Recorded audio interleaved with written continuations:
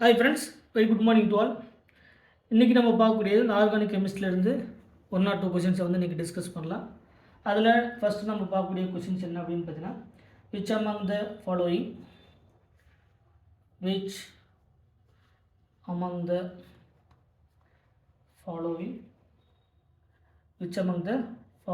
compounds will give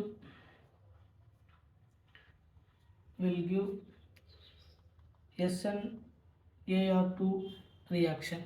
SN-AR2 reaction அதாவது aromatic nucleophilic substitution. Aromatic nucleophilic SN-AR சொல்லுவோம். நம்ம general என்ன சொல்லுவோம்? SN-AR mechanism. ஆப்ஷன் நம்பர் ஏவில் நமக்கு ஒரு ஹாலஜன் ப்ரெசண்டாக இருக்குது, அதில் ஒரு NO2. ஆப்ஷன் நம்பர் பியில் குளோரின் 3NO2 வந்து ப்ரெசண்டாக இருக்குது. ஆப்ஷன் நம்பர் சியில் bromine with 2NO2. Option number டியில் all of the above. So இதுக்கான சொல்யூஷன் பாருங்கள். நமக்கு ஆல்ரெடி தெரியும் SN-AR அப்படிங்கிறது அரோமேட்டிக் நியூக்ளியோஃபிலிக் சப்ஸ்டிடியூஷன் ரியாக்ஷன். இந்த நமக்கு டிஆர்பியில் கேட்ட கொஸ்டின்ஸ் என்னென்னா, இதை பேஸ் பண்ணி அரோமேட்டிக் நியூக்ளியோஃபிலிக், அதாவது நியூக்ளியோஃபிலிக் சப்ஸ்டிடியூஷனில் 2 இருக்குது. ஒன்று SN-AR mechanism, another one is benzyne mechanism. SN-AR mechanism follow பண்ணக்கூடிய மெக்கானிசம் என்ன அப்படின்னு பார்த்தீங்கன்னா, இது ஃபாலோ பண்ணக்கூடிய pathway or mechanism addition elimination mechanism.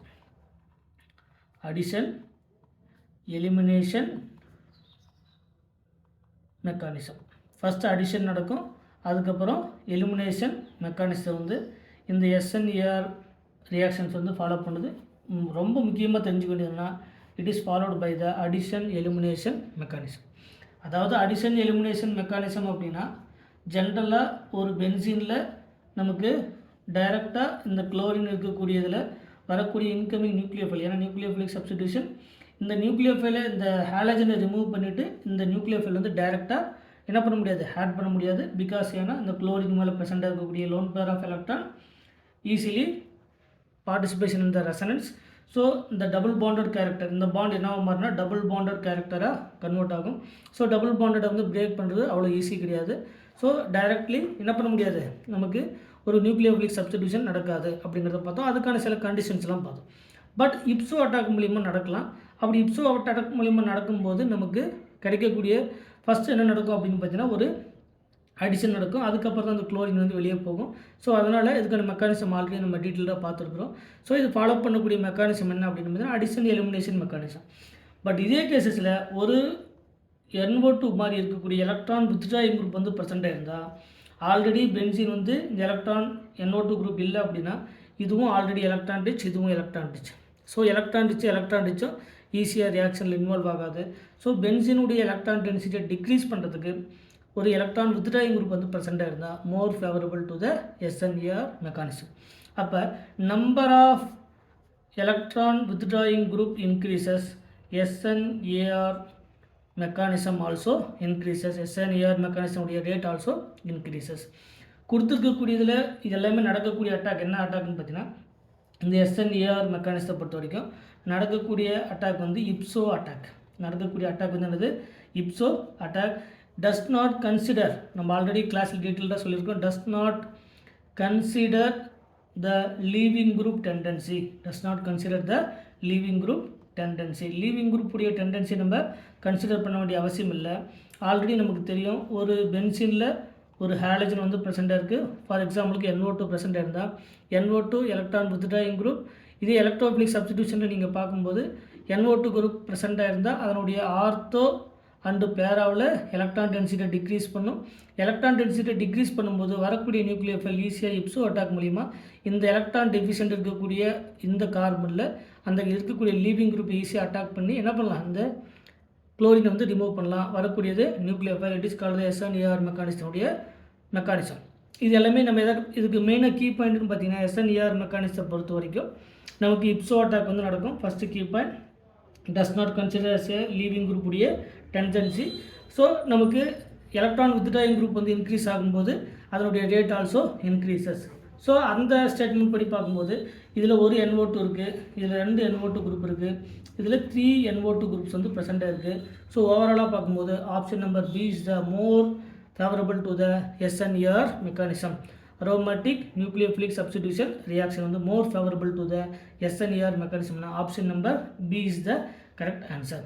So இதில் நமக்கு இதில் எல்லாத்துலேயுமே நடக்கும். பட் எதில் மோர் ஃபேவரபுளாக நடக்குன்னா ஆப்ஷன் நம்பர் பியில் தான் நமக்கு மோர் ஃபேவரபுளாக நடக்கும். இது அரோமேட்டிக் நியூக்ளியோஃபிலிக் சப்ஸ்டிடியூஷன். நமக்கு டிஆர்பியில் கேட்டது அடிஷன் எலிமினேஷன் மெக்கானிசம். இது ஃபாலோ பண்ணக்கூடிய மெக்கானிசம் அடிஷன். நமக்கு மெக்கானிசம் தேவையில்லை, பட் ஜஸ்ட் நீங்கள் தெரிஞ்சுக்கிட்டால் போதுமானது. அடுத்த கொஷின் நம்பர் 2 பாருங்கள். அடுத்த question which among the following compounds, இதே சேம் கேட்டகரி தான் சரிங்களா. கொஷின்ஸ் மட்டும் கொஞ்சம் different. Which among the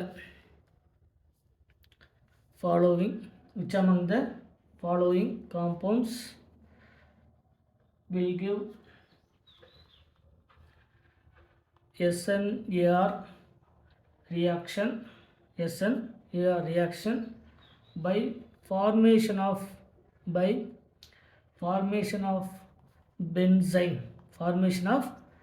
benzene as reaction intermediate. இதில் நமக்கு கேட்கக்கூடிய கொஷின்ஸை நல்லா கவனிங்க. ஆப்ஷனை பாருங்கள். Option number A chlorobenzene, option number பியில் நைட்ரோபென்சின், ஆப்ஷன் நம்பர் பியில் நைட்ரோபென்சின், ஆப்ஷன் நம்பர் 3 குளோரினில், அதாவது குளோரோபென்சின் இருக்கக்கூடியதில் அதனுடைய ஆர்த்தோ பொசிஷனில் 2 மெத்தில் குரூப். ஆப்ஷன் நம்பர் டியில் குளோரின் ப்ரெசண்ட்டாக இருக்குது, அதனுடைய ஆர்த்தோவில் ஒரு NO2, இங்கே ஆர்த்தோவில் ஒரு NO2 குரூப், அதே மாதிரி பேராவில் ஒரு NO2 குரூப். இப்போ இதில் கொடுத்துருக்கக்கூடிய 4 ஆப்ஷனில் இதுதான் கேட்டிருக்காங்க. நம்ம கொடுத்துருக்கக்கூடிய கொஷின்ஸை கொஞ்சம் கிளியராக பார்க்கணும். Which among the following compounds will give SNER reaction.